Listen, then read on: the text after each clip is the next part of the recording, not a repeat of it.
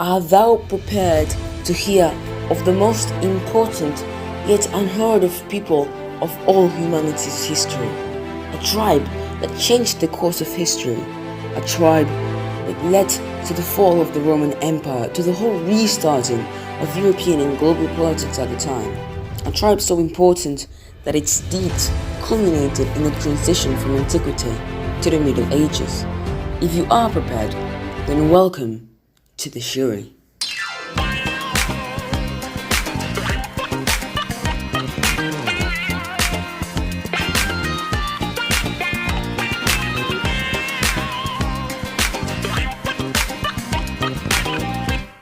Now, the fall of the Western Roman Empire was one of the most important events in humanity's history.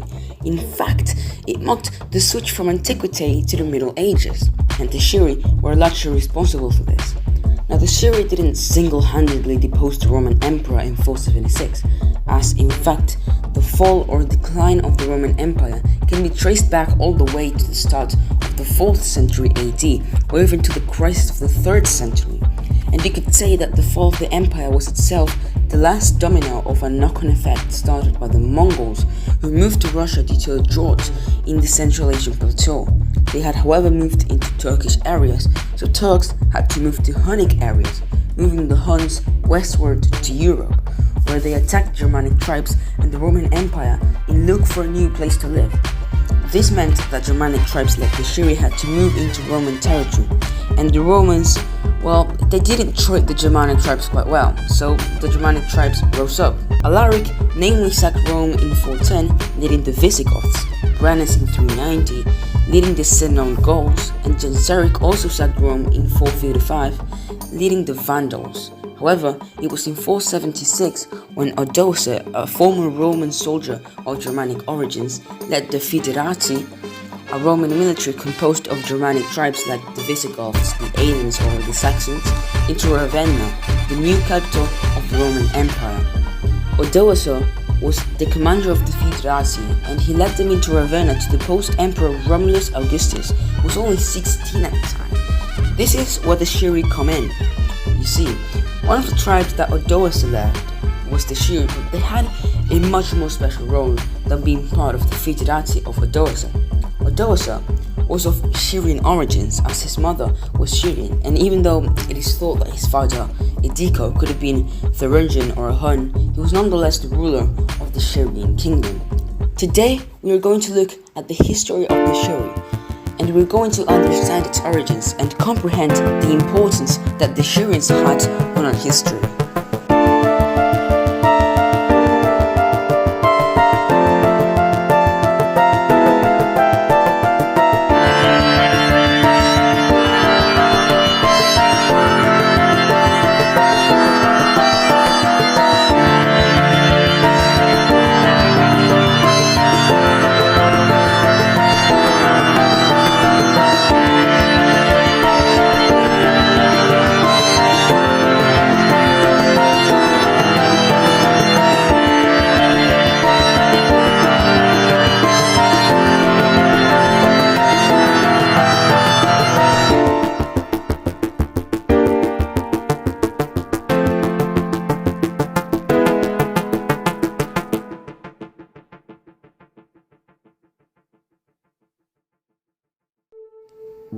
The Scirii, the pure ones its name means, also Scirii or Scirii. They were a Germanic people.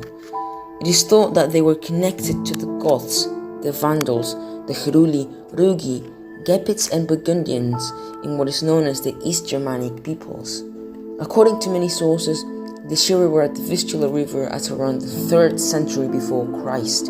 Pliny the Elder mentioned them in the 1st century AD as people living in the Vistula together with the Sarmatians and the Veneti. However, it is not certain where they came from before that. Robert Reynolds and Roberto Lopez argued that they may not have actually spoken a Germanic language. They argued they may have actually been of Baltic or Sarmatian origins. In the olden times, Romans named various East Germanic tribes that didn't speak Germanic language Goths, like the aliens for example, and the Scirii were often classified as such. This would support the ideas that maybe their origins were somewhere else. Now, the time before the Vistula settlements are a bit unclear, but looking through all maps that I have, I found this map called the Carta Marina by Olaus Magnus from 1539, and well, basically, I was just looking through it randomly, and I found this. Well, yes, if you can read that, it basically says Scirii, and I was like, why does this say Scirii, especially if it's not put on a location, it's rather put on a list of something. Now, if you read it, it says Goths, Ostrogoths, Visigoths, and there's a lot of other tribes. So, researching, I actually found out that this was a list of peoples that came from Sweden, and this would actually make sense according to Robert Reynolds and Roberto Lopez's theory that they may come from the Baltic, which would be around this region, and this is Sweden. So maybe they came from the Baltic, then they went to Sweden, then they came to the Vistula, which would actually make perfect sense. This is the Vistula, this is the Baltic, and this is Sweden. And in fact, many of the Gothic and Germanic tribes came from Sweden. As you can see in here, we have the Goths. In here we have the Visigoths and the Ostrogoths. So that would be that. And so yeah, that was a nice finding. So my theory then would be that they came from the Baltic, then they went to Sweden, and then they went to the Vistula River. Now, there is another thing to say about the Scirii's origins. As I said, it is thought that the Scirii were around the Vistula River from the 3rd century BC to around the 1st century AD, but inscriptions were found in the ancient town of Olbia, north of the Black Sea. It describes attacks upon the northern Black Sea coast by the, quote, Galatians and Scirii, and is dated to 220 to 200 BC, which is pretty much the same time that they were thought to be at around the Vistula River. So maybe their territory in which the Scirii lived was greater, or maybe they invaded and looked for a possible conquest. Who knows? What we do know is that the Scirii were most likely among the peoples that in the 3rd century AD migrated to the lower Danube in the Black Sea, together with the Goths and the Rugi. Now we have a general line of where the Scirii came from. First, they probably lived around the Baltic. When? We don't know. But then they moved to Sweden, and at around the 4th or 3rd century, they moved to the Vistula River, where they attacked the northern Black Sea coast together with the Bastarnae. The Galatians in the inscriptions are actually thought to be the Bastarnae, that's why they would be Bastarnae. They ended up moving to the lower Danube though, some 600 years later, together with the Rugi and the Goths. Nice. Now, they stayed there until the 4th century AD when the Huns conquered them. In 381 AD, a force composed by the Scirii, the Carpi and the Huns crossed into the Roman Empire, but they were forced back home by Theodosius. In the late 4th century, they moved to the Middle Danube under the rule of Uldin, a Hunnic leader who, by the way, was Attila's great-grandfather. They invaded the Roman Empire yet again and even captured Castra Martins, but they were defeated and Uldin was killed. The captured Scirii were then taken to Anatolia to serve as colony or lieutenant farmer. During Attila's reign, the Scirii were part of his army, serving as potent infantry and participated in the invasion of Gaul. The Hunnic Empire disintegrated, however, and some Scirii moved to Scythia Minor and Lower Moesia. The Angi Scirii remained under the Hunnic rule of Dengizik, Attila's son. The last Scirii joined Ardaric, a Gepid ruler, to revolt against the Huns, winning at Nedao in 454, and it is at this victory that the Scirii prospered for a bit. as Idiko set the Scyrian kingdom around the Danube and the Tisza rivers.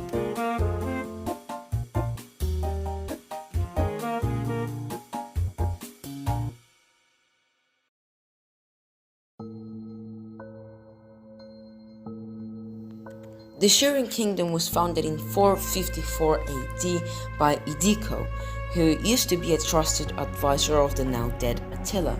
After the victorious Battle of Nidau, he founded the Scyrian kingdom. Now, the only geographic descriptions that I got for the kingdom were, quote, on the middle Danube, and the most descriptive one from a book by an author called Henrik Wolfram from 1997 that says, quote, after the battle at the Nidau River in 454/455, Edika, who is Ediko, had set up a Scyrian kingdom in the middle Alfeld, the plain between the Danube and the Tisza.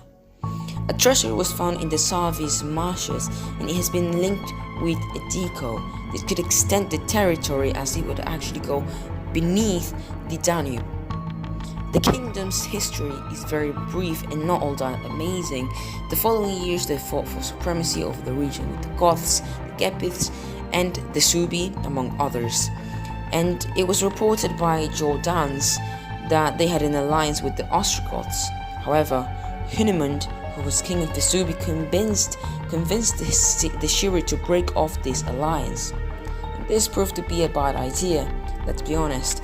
The Scyris made a surprise attack on the Ostrogoths in 469, and even though, yes, they killed Valamir, the Ostrogothic king, they still lost the battle, and the loss of Valamir wasn't even that amazing because Theodomir, Valamir's brother-in-law, came to the throne and immediately took the offensive and attacked a coalition made up of the Scyri, the Heruli, the Suebi, the Sarmatians, the Gepids, and the Rugi.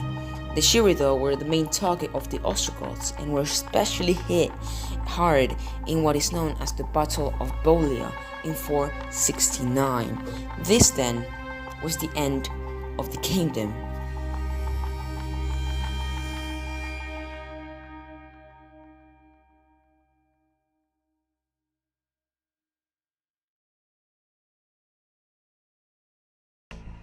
At this point, the Scyri had been beaten up time after time, and there were not many surviving Scyri.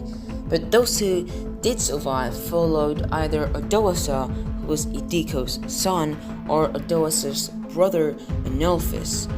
Now, if you followed Odoacer, you would have gone into Rome, together with some Heruli and Rugi, to join Ricimer's Roman army. Now, Ricimer was the Magister Militium, which was basically the ruler of all Roman military. And if you followed Anulphus, you would have gone into Constantinople.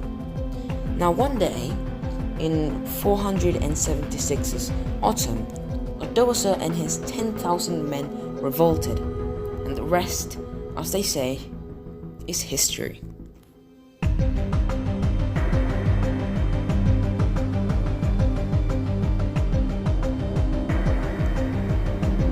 Theodoric the Great killed Odoacer in 493, thus ending the life of the man that led the Scyri into something big finally after so many blows. He was killed by the Ostrogothic king. However, the legacy of the Scyri doesn't end there.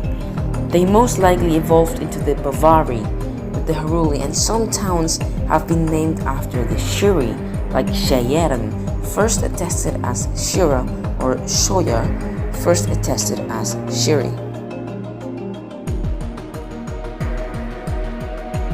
Goodbye, and see you another day.